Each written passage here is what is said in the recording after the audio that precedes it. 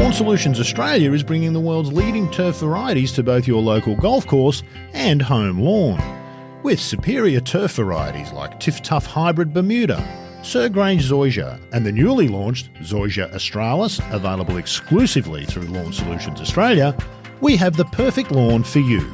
For more information or to find your local accredited supplier, visit lawnsolutionsaustralia.com.au. That's lawnsolutionsaustralia.com.au.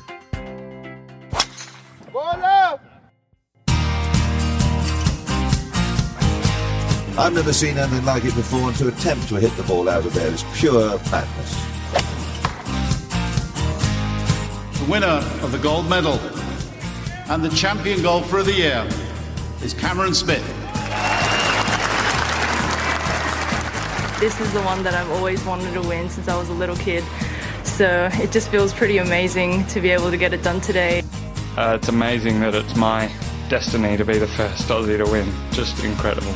Hello and welcome to what is a special week for the Australian bent of the Preview and Tipping podcast that is playing from the tips with our President's Cup preview show that is also episode 82.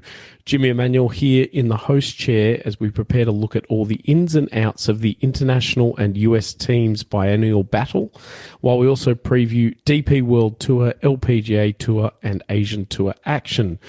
Joining me to do so is the man some call the non-playing captain of Ripper GC after he successfully tipped them to glory last week. Who else but Rod Murray? Rod, welcome to your own studio yet again. Thank you very much. I actually forgot I tipped them. So you've reminded me. There you go. That's so a did good I. win. So did I until I looked. So you looked up the... Yes, well done. Well, well done to us, Jimmy. We'll add that to the tally.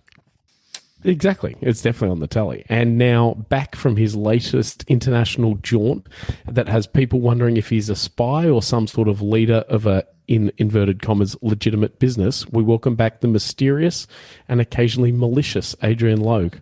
Logue, welcome. Oh, it's nothing as mysterious as any of those options. It's Where you been?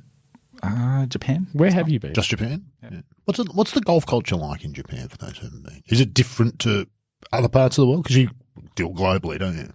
There's still a bit of that 80s bubble economy mindset to golf there, where they turn up and it's a full day event with lunch in between each nine holes. I love the idea, but I'm just not sure how practical it is. Yeah, it takes a bit of time. Yeah. But golf's been very democratized over there. So like it's actually quite cheap and achievable now. Like you can basically pay a green fee at almost any course in Japan now, apart from like the top 10. Like here clubs. or pretty much everywhere else. Oh, yeah, which wasn't the case at all. And is their handicapping system the same? They're part of the world handicapping? Because there's a few different rules in equipment and stuff in Japan, isn't there? They don't play completely by the RNA and USGA rules, I don't think. Certainly not on equipment from memory. Oh, well, that's not official. Oh, is that just... I didn't realise that. I thought it was just... Yeah, it's not an official, like, you can use whatever you want. Oh, I thought it was... I thought they just sort of stepped outside the system and were like, no, this is how we do it. No. Okay, there you go. Not at all. Oh, I like that. It's a caper. Now I'm all in. Genuine caper. Now I'm all in. Again, as always, we reflect at this point of the show on the week that was, and there was plenty to look back on, but probably Rory almost getting it done in a year of close calls is the biggest takeaway. Yes, although I'm a big supporter. I'm all in on this Co 2.0. We are going to see Lydia Ko better than we saw Lydia Ko 10 years ago, which is a really interesting prospect. She looked unflappable and clinical in winning it. Very similar to what we saw at Royal Melbourne when Clates and I followed her in the final round. Yeah. It was a display of golf you just couldn't fathom. Absolute amazing. I heard a stat the other day on a different podcast that she's had... Are you seeing other podcasts while you're here? Sorry. There's other golf podcasts? Oh, this is news to me. She's had 50 more bogey-free rounds than any other player since 2014 or something, since she's basically been on tour, which is amazing. I don't know if there's any... That's an incredible stat, like up there with the Tiger Woods beat the field streak which sort is of thing. Off the charts, yeah. But that said, if she's had 50 more bogey-free rounds than the next best player in that period, is she being aggressive enough? Because she hits it where she looks, she can hit her target almost every time, and I think that's what results in a lot of bogey-free rounds. Maybe she should try and be a little bit more aggressive, go Go at a few more pins. Jimmy, She could be- 10 years in, are we going to start telling Lydia Ko how to play golf, as Logue's suggesting? To me, that is such an aberration that it suggests a different approach might be needed. Like, it's such a huge aberration. Or does it mean she's got a great short game and had a period where she missed lots of greens and got it up and down a lot? I don't know. Maybe. she's She does have a great short game, but I think a lot of that just comes from hitting a lot of greens in regulation. Or does it mean that LPGA golf is more around making par than it is around making birdie the majority of the time and hitting the middle of the green and two-putting greens? Well, I'm suggesting she could have won more if she could have gone much lower if she was like taking a little bit more aggressive lines and not so much about bogey avoidance, but a little bit more birdie going for birdie. Because it's just such an aberration. Like, that's 50 bogey free round. That's way outside the off the edge of the bell curve. Yeah. Having that. Yeah, that many and Rory could have had one of the best years of all time if he'd just not been beaten by 4 different people. Well, he could big events. He could do with some bogey avoidance. Yeah, well, he always seems to make them at the wrong time. And spectacular bogey, like really hitting at OB on 17 on Saturday. How does Rory McIlroy do that? Or on 18? How does he do that? That's an unfathomable shot. Just, you know. He did lose this event, though. Yeah, shout out to Claire Rogers and a tweet referencing pop culture, Rod, that you won't understand. But Rory's year as the Katherine Heigl movie, 27 Dresses, where she's just a bridesmaid 27 times, never a bride. I don't know. Very good reference. Don't understand. Claire Rogers is brilliant, by the way. If you don't follow her on Twitter, she's fantastic. And she does that Scoop series for an American publication, which we won't name, which is excellent. She's really good at it. Yeah. Not generally my sort of content, but she really does it well. Just another highlight, Jimmy, just quickly for I don't know how many saw this. They play that seniors event at Pebble Beach this week. Mark O'Meara retired, which was a story that came out about that. But it's got juniors in it, and they play with the pros in it. The girl that played with Ernie Els, they were tied for the lead on Sunday at the 17th hole, young junior. I think she's about 14 or 15. She holes it from the tee on the 17th to take a shoe-shot lead in the event, her and Ernie, and then Ernie eagles the 18th and they win by 4. Wow. Is she ever going to forget? That is a day. Can you imagine being 14 years old, loving golf, and that happens? It's just incredible. Tough hole to hold. That I thought, that was, for all the professional golf and the results, I thought that, for me, that was kind of like that, and the collection of filthy hook stingers that the DP World Tour produced from the 17th at Wimbledon. Did you see that? Yeah. See Pablo Larrazabal? That was just wrong. Great venue for that, isn't it, Wentworth, where you can see the ball with the backdrop of the trees. That's right. And the sound that the impact makes. The sound's echoing around the trees. Yeah, phenomenal stuff. So it was good. It was a really good week of golf, actually. Really good week of golf. Everywhere you look, there was good stuff. The Live Golf with the team final was actually genuinely interesting, and it just showed that there is an appetite for something different, but they've just got to get it done. They're onto something, aren't they? Are they making a mistake doing the individual and the team all year? Should they just have gone full force, made it a team thing? Well, you could have half and half. You could play. No, they need to. You could play 6 events as individual.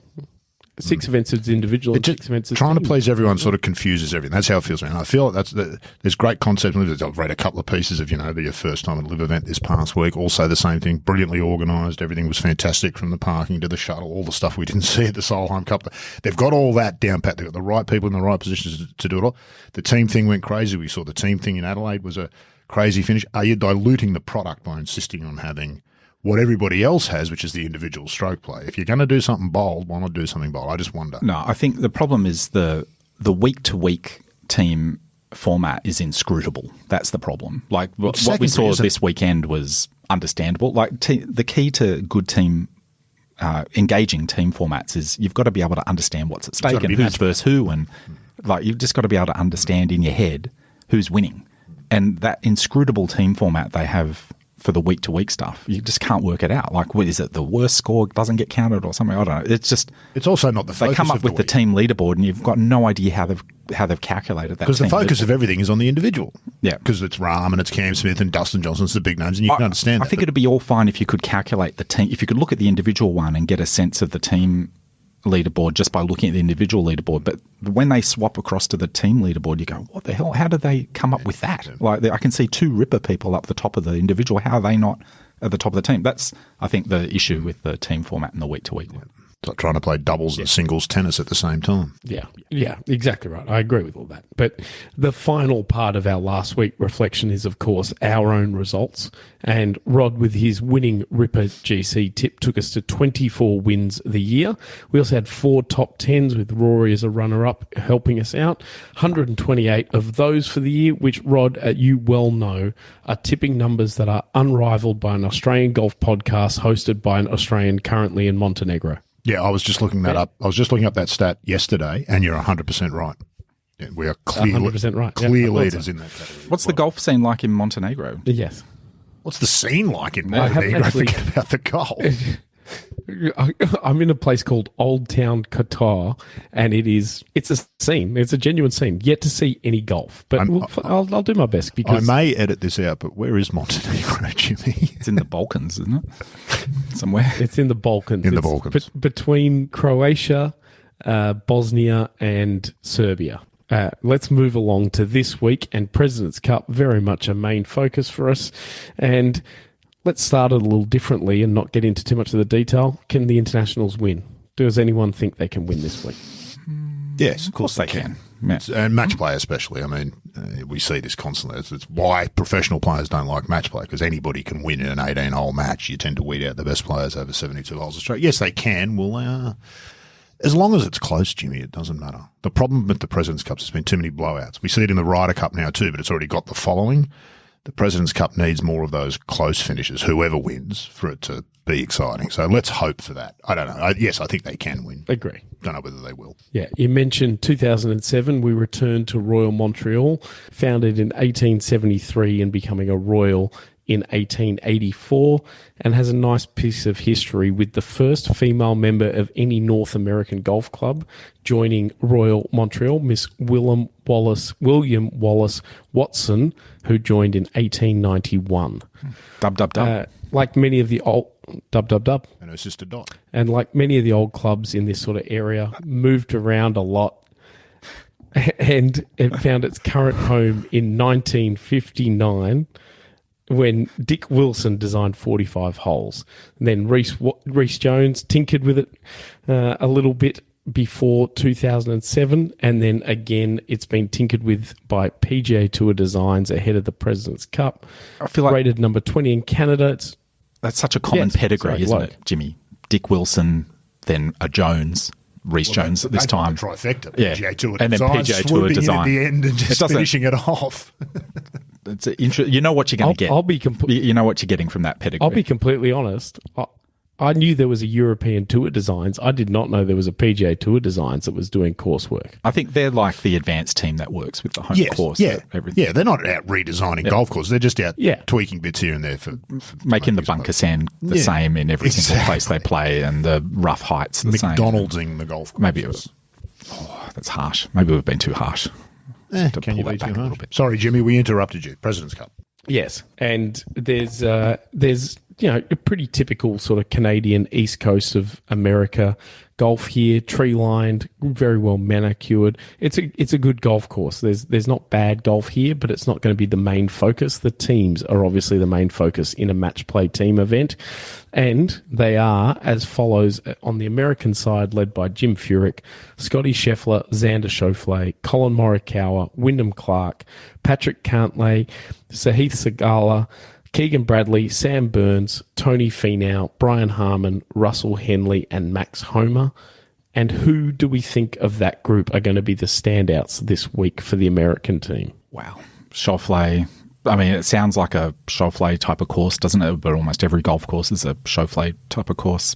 I'm all in on Henley because I think he'll be a surprise. Good putter. Yeah, but it's just he's kind of got into Having the team a good without year. being really noticed. You know what I mean? He hasn't made a lot of waves about it. It'll be a good week for him to stand out. You always find there's one player who's either a debutant or something will have one of those amazing weeks. I think Theegala as well. he's the other one I was thinking because he'll be really into it. You would think he'd be a fabulous addition to the team room. See Theegala. Keegan Bradley's got a point to prove as well.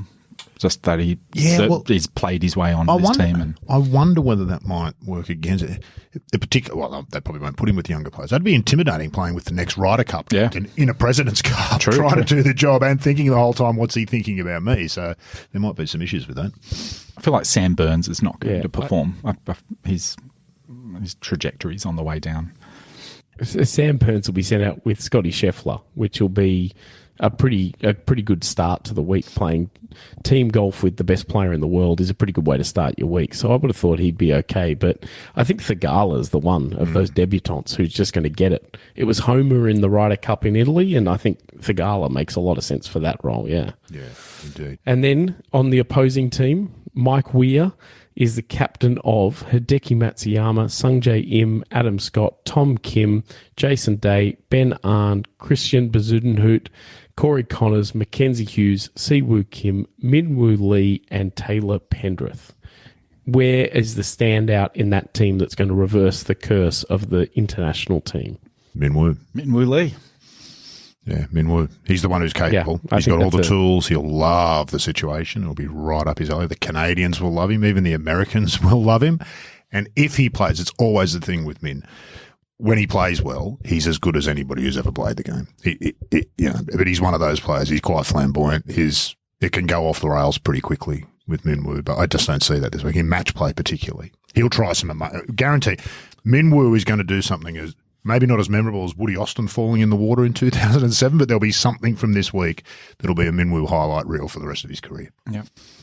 And then, of course, Adam Scott becomes the emotional leader. He's played 10 of these things and not won one. And he's very close with Minwoo. And I think that bodes well for him. And probably the one who's going in a bit under the radar almost is Jason Day. Jason Day comes back to this format and is good at this kind of golf. I think he's a very important player this week. I agree. Yeah, he's had a good year. He's played his way into form, and you're right, he does love this sort of format. He was always killer at the match play in the PGA Tour. A good putter. Important week for him career-wise, I think, because he has now officially climbed back up the mountain. Do you know what I mean? He's back where he expected to be in the President's Cup team for 4 or 5 years there. Then it was not and now he's earned his way back in. I think for him personally, 2025 might be a really big year for Jason Day. He's done all the groundwork this year, and this could be a really important week for him personally. Won't be weighed down by that Malbon clothing. It should be quite agile out there, I think. Oh, is that finished, has it? No, they've dressed because he was different. Melbourne. Yeah, okay, yeah. Team uniforms is going to be the thing that frees him up to have the best week of the year. The career changer that he's been looking for, yeah. Yeah, obviously. So with all that in mind, we best go to a tip on this. And who do we think will win? Or in the normal game of who would Logue pick, who's going to augment a tie?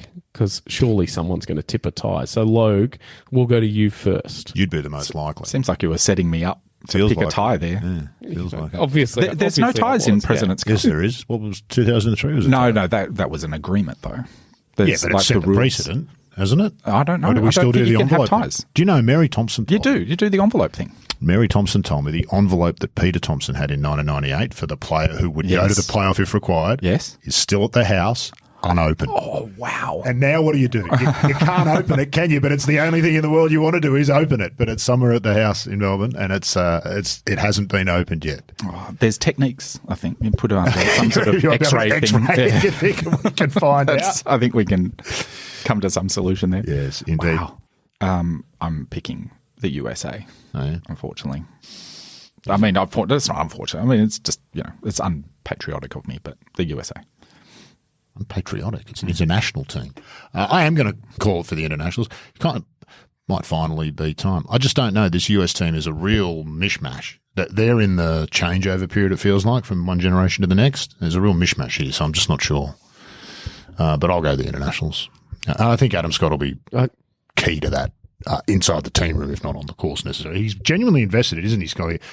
Adam Scott, Jimmy, he carries a President's Cup towel week to week on his golf bag. Yeah. It's a President's Cup towel. Yeah. Like, he's not kidding. He really wants to win one of those. It's his white whale, isn't it? Kind of, yeah. Absolutely, it is. And it's something that Adam just wants to do and reshape the President's Cup for those moving forward. It's one of those really big things. It also is for the older generation too. Ernie Els, you mentioned earlier in the show, Rod, is so committed to helping. Jeff Ogilvy is as well. He even lent me a President's Cup towel to play with once. So obviously I'm part of the team, moving forward. You're practically a vice captain. I don't think Adam Scott's going to win one of these until he does it as a captain. Possibly. I like the fact he's genuinely invested in it. He really is invested in it. I like that. You get the feeling that for some players is more of a box-ticking exercise, probably more so on the American side. You get that feeling, but for Adam, it's not. It's genuinely his Ryder Cup. It really is. And good on him. Want to work less and play more golf? Well, you can. If you're practicing your putting or your drives, Tiff Tough Hybrid Bermuda, exclusively by Lawn Solutions Australia, can bring the golf course experience right to your home. With superior drought tolerance, speedy recovery and toughness, Tiff Tough is the smart grass. For more information, visit lawnsolutionsaustralia.com.au. That's lawnsolutionsaustralia.com.au. Moving along, we're going to go to a national open and the Acciona Open de Espana presented by Madrid, and El Mori is going to tell us about it. Yeah, well, of course, the Open de Espana. Open de Espana, as they would say. You've got that wrong, Jimmy, as did Logue before we came in. Oh, come on. It's not Acciona, it's Acciona, Acciona. Are you incapable of reading now? Acciona? What is wrong with you people? For those wondering, Acciona, this is what they say about themselves. A global group that develops and manages sustainable infrastructure solutions, especially in renewable energy. So what do, Logue? I've just told you what they do. What do? Any thoughts? What you said. Do you know what I like about them the most, Jimmy? Their company motto, business as unusual.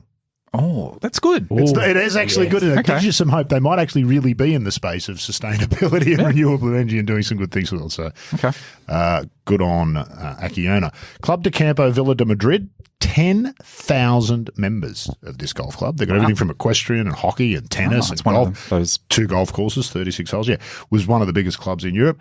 In the 1980s, the club that started it moved venues. They built 2 new courses somewhere else. So now City Hall owns it. It's a council-run facility. Really? With 10,000 members and 36 holes and equestrian. And so Clover Moore, take note. It's pretty unique. You can actually do these things and people can get something positive out of it. 2 courses, as I said, the Black and the Amarillo. This has been played on the Black, which is considered the best of the 2. It's hosted plenty of big tournaments in the past. I think this is its 10th Spanish Open. Seve designed 9 holes of the second course here, the Amarillo course, I think back in 1993. In 1995, he won his 50th European Tour title and his last professional event at this golf course, the Spanish Open. So a little bit of history here, and it should be a good week. The course itself looks heavily tree-lined. It's got a lot of diagonally offset fairways from the tee, so they act like a dogleg without being a traditional dogleg. Does that make sense? Yeah. There's these narrowish fairways to hit to because of the angles. So there's a lot of this. I get it from the hand movement. I'm doing a lot of hand movement here. As you probably tell, my name ends in a vowel. I do speak with my hands. So look, it looks sort of interesting in that way. It's going to be a decent test. It's hosted plenty of big-time golf before. One of the positives about getting quite a few trees on golf courses, as we saw at Wentworth, is you get to see the players shape the ball.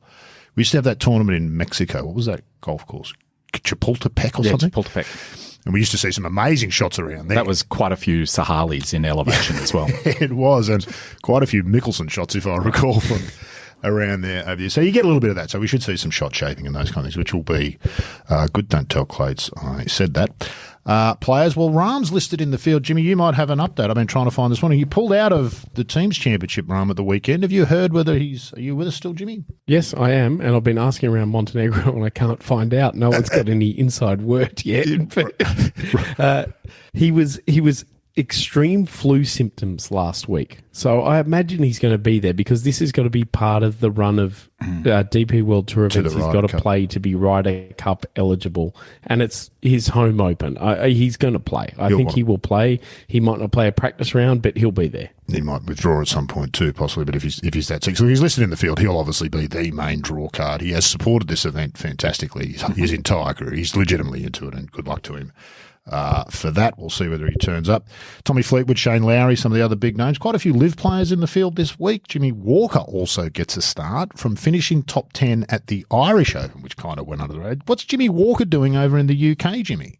I haven't spoken to him lately, so I'm not 100% sure what he's doing there. Yeah. Might be taking some astrophotography. I think he's different night lights. Possibly. It seems an interesting choice. We haven't heard of him for, 4 years. He's really been in the doldrums. I think he had Lyme's disease. Was the Lyme disease. Yeah. So just really interesting to see him turning up in the UK and playing. So he didn't get a start at Wentworth, but he does get into this field on the back of top 10 at the Irish Open.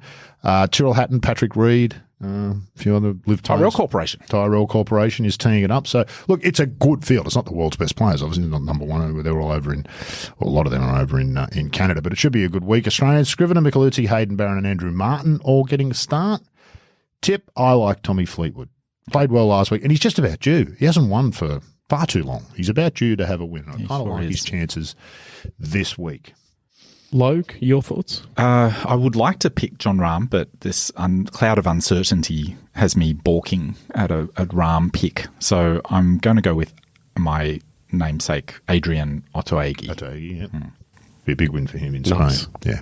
It would be a big win for him in Spain. And he's had a reasonably good year as well. So. He's the sort of player that should have a Spanish Open on his resume at the end of his career, and there's no reason why it shouldn't be this week. It's like Craig Parry winning. Yeah, exactly. When he finally got it done, I was like, it's about time, Popeye. Exactly. We've been waiting.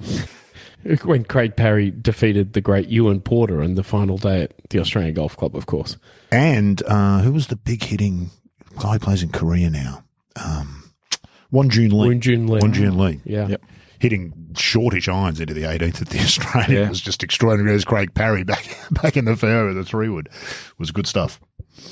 I'm going to go with one of our show favourites and go with the Tyrrell Corporation.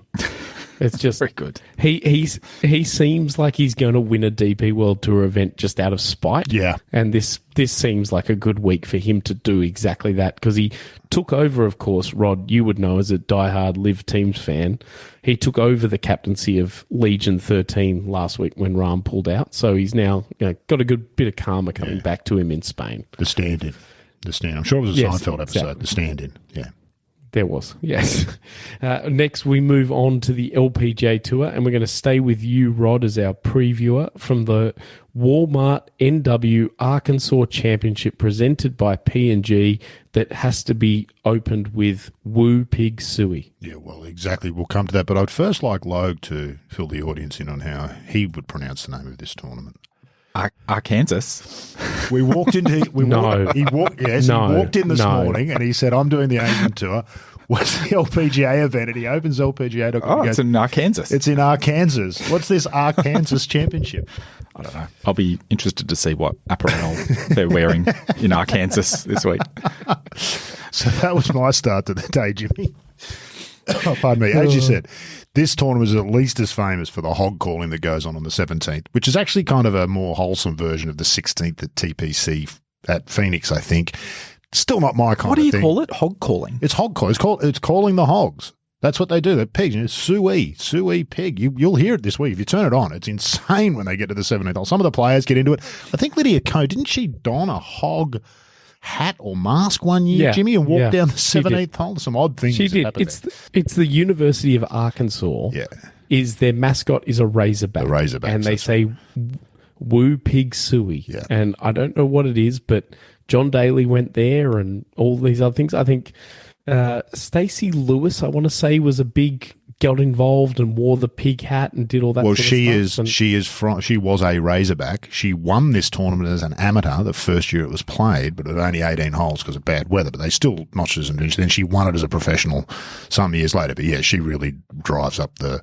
What is it, Jimmy? Woo Pig Sooie or something? That's Woo Pig Sooie. Woo Pig Sooie. I won't try and do the actual call, but it is a thing of look.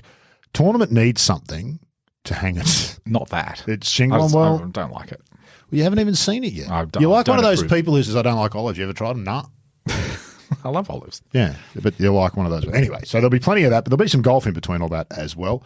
Some of the big names taking a break this week. It's a hell of a schedule the LPGA puts on, isn't it, Jimmy? Solheim Cup, big event last week. This is another big event this week. And they all turn up. For the most part, yes. There are a few missing this week, which is understandable. So Nelly Corder, Lydia Ko, who's also a previous winner here, she's taken the week off. But on the who is there, Lilia Vu, Celine Boudier, Leonie Maguire, Yuka Sasso, Gino Titikin, Georgia Hall, Amy Yang. Keep going. The LPGA gets this right in the way a PGA Tour doesn't. Pinnacle Country Club is the host venue.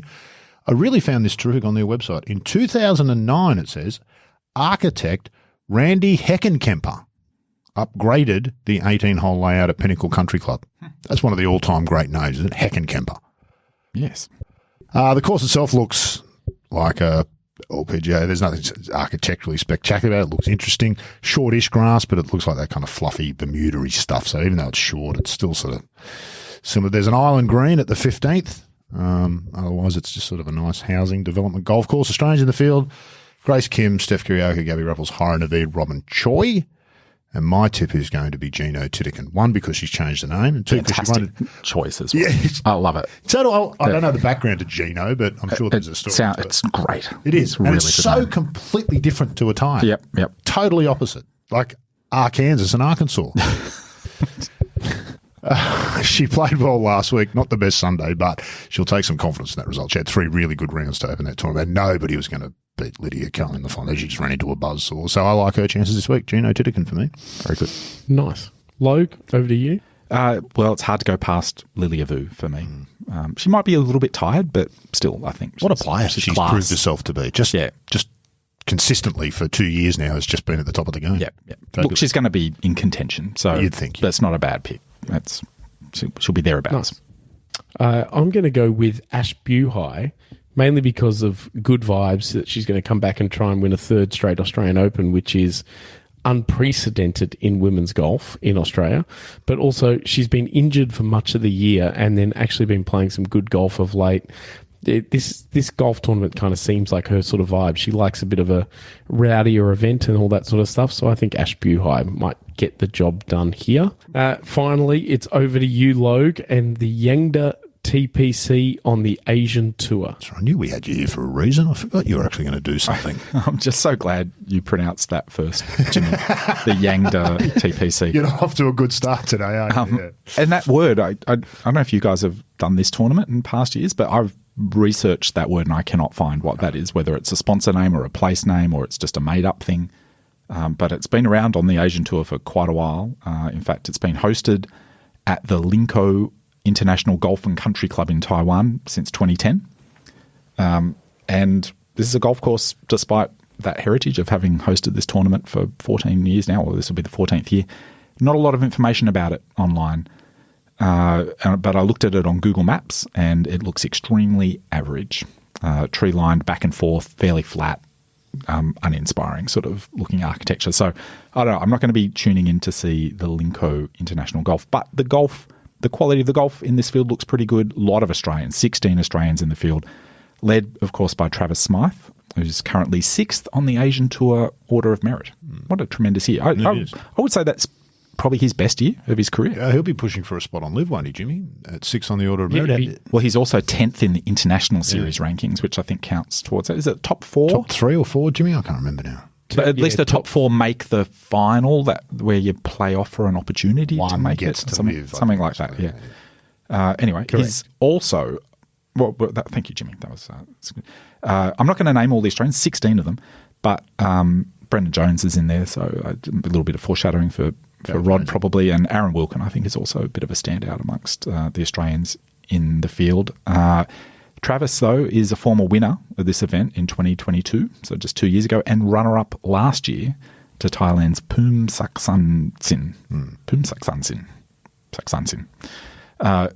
But that's all that said. My pick for the tournament is, I'm not going with Travis. My pick for the tournament is the highest ranked Korean player on the Asian Tour Order of Merit currently, Min-Kyu Kim, who won his National Open earlier in the year, the Korean Open. And I think he's my pick for this week. Nice. Very good. Rod, over to you. Just going with John Catlin. It's the Asian Tour. Pick John Very Catlin. good. Statistically, you'll come out in front over the course of your career, so I'm picking John Catlin. Nice. Yeah. Winner makes sense. twice already this year, I think. So. Has he played his way onto the PGA Tour? Did I see somewhere? Has he done? I don't know. Been an extraordinary year. Must for be him. thereabouts. Yeah, It's been a good year. Yeah, he's a good player. Good player. Unusual golf swing. But Yeah. Yeah, a John Catlin or a Barry Henson tip in an Asian Tour event you don't know much about is a pretty solid go. Yeah, absolutely. I am going to go with a Japanese player for this one. I'm going to go with Kazuki Higa because he's just a really good player. Yep. And it's pretty hard to tip this sort of event. So we'll go with that. That'll work. That will just about do us for episode 82. Rod, I'm going to give you the floor for a moment and tell us, should the President's Cup become a mixed event before we wrap up President's Cup week? In the big picture, Rod's favourite rants. No, Strap yourself in. It's not a rant. In the big picture, had yes, it makes so much sense, but you can see all the barriers to it happening. And my limited understanding is that the resistance to the idea has probably come from the LPGA, who are very protective about the Solheim Cup. And it's a lot of playing responsibilities for the American women, I think. Well, it does. I think it over sort of burdens them in that way, where they'd be playing sort of anyway. At least one of those events they'd have to play twice a year. But I think if you, as we say with the majors, if you were to start again, you would never have 3 of the 4 majors in America. If you were to start again, you'd have a men's cup, a women's cup, and a mixed cup. It just makes sense. And it's one of the few games where you could really do it. That's why I think they should do it. I can imagine there was a lot of the same arguments about the Ryder Cup when Nicholas suggested in the late 70s, early 80s that they allow the Europeans in. That would have been seen as an extraordinarily bold thing to even consider. It's been the making of the Ryder Cup. The Ryder Cup was nothing before the 80s. That's the truth of it. Now it's one of the biggest sporting events in the world. It's a genuine feeling. There's good stuff's happened. I think you'd get that if you did a mixed President's Cup. I think everybody would get on board, and it would be compelling. The top 6 this week that Jimmy ran through on the international side, this is the same every year. 100% competitive with every one of the Americans. It's a nice thought. It falls away quite quickly. It does. For the international team beyond that. That problem would be solved by a mixed President's Cup. Think about the top 6 women that have been on the international side. It would be really compelling golf. And on the US side, the US women's players would be outstanding as well. So. No, same. You'd be dropping off like your Sam Burns, Keegan Bradley, Brian Harmon, Russell Henley, and Max Homer's who's not informed, Tony Finau. That's a bit of. And who you're replacing them with? There's some amazing players. Lilia Vu, Megan Kang, Lilia Vu. On the international side, all of those, really the generational talent out of South Korea we've seen develop in the last 25 years on the LPGA Tour doesn't have a place to showcase that extraordinary talent. This would give that opportunity. So yes, Jimmy, I do think it should be. And I think there's good sensible reason. I understand the barriers and the practicalities of some of it. But to me, if you zoom out, that's what makes perfect sense in a golf world. A men's cup, a women's cup, and a mixed cup. I agree completely with all of that, I think. And it's not as straightforward as many people would hope it is, but it kind of makes sense to try and get to that end game. Lo, given we've given Rod a chance to have his sermon, you got anything you want to wax lyrical about before we close? No, I don't feel strongly about anything, really, Jimmy. You should know that. You're drifting through life, aren't you? Yeah. Just letting it happen to you. Whatever will be, will be. Que sera, sera. I don't feel anything. I've been like that for ages. Yeah. It's fantastic. I'm pretty dead inside, really. That's right. That was 100% expected and hoped for because we've got to wrap this thing up, so we didn't want you going on. You can, of course, follow along with all the action from the President's Cup, the rest of the events, and so much more on the Golf Australia magazine website, golfaustralia.com.au. And before the action kicks off at the end of the week, get out and get a copy of the current magazine. Adam Scott's on the cover, and there's even more President's Cup in-depth preview action to catch you up to speed before you sit down and watch everything from Royal Montreal. On that same Golf Australia website, you can listen to our sibling podcast, The Thing About Golf. And Rod, we must be due for a new episode this week. Who have we got? Tomorrow morning, and John Huggins sits down with one of those players. You know the name, you've seen it on leaderboards, but you don't know much about them. Peter Baker. A bit of a European Tour stalwart, former Ryder Cup player, played in one Ryder Cup. I think it was 93 from memory. Pardon me.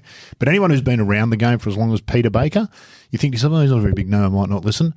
Always got fascinating stories. And in some ways more so than the very top players because they have a very different experience, having been a lifelong tour.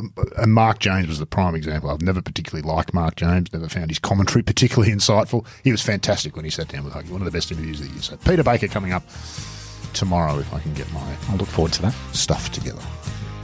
Outstanding. Well, we will all look forward to that, and we will be back next week on Playing from the Tips. Thank you for listening.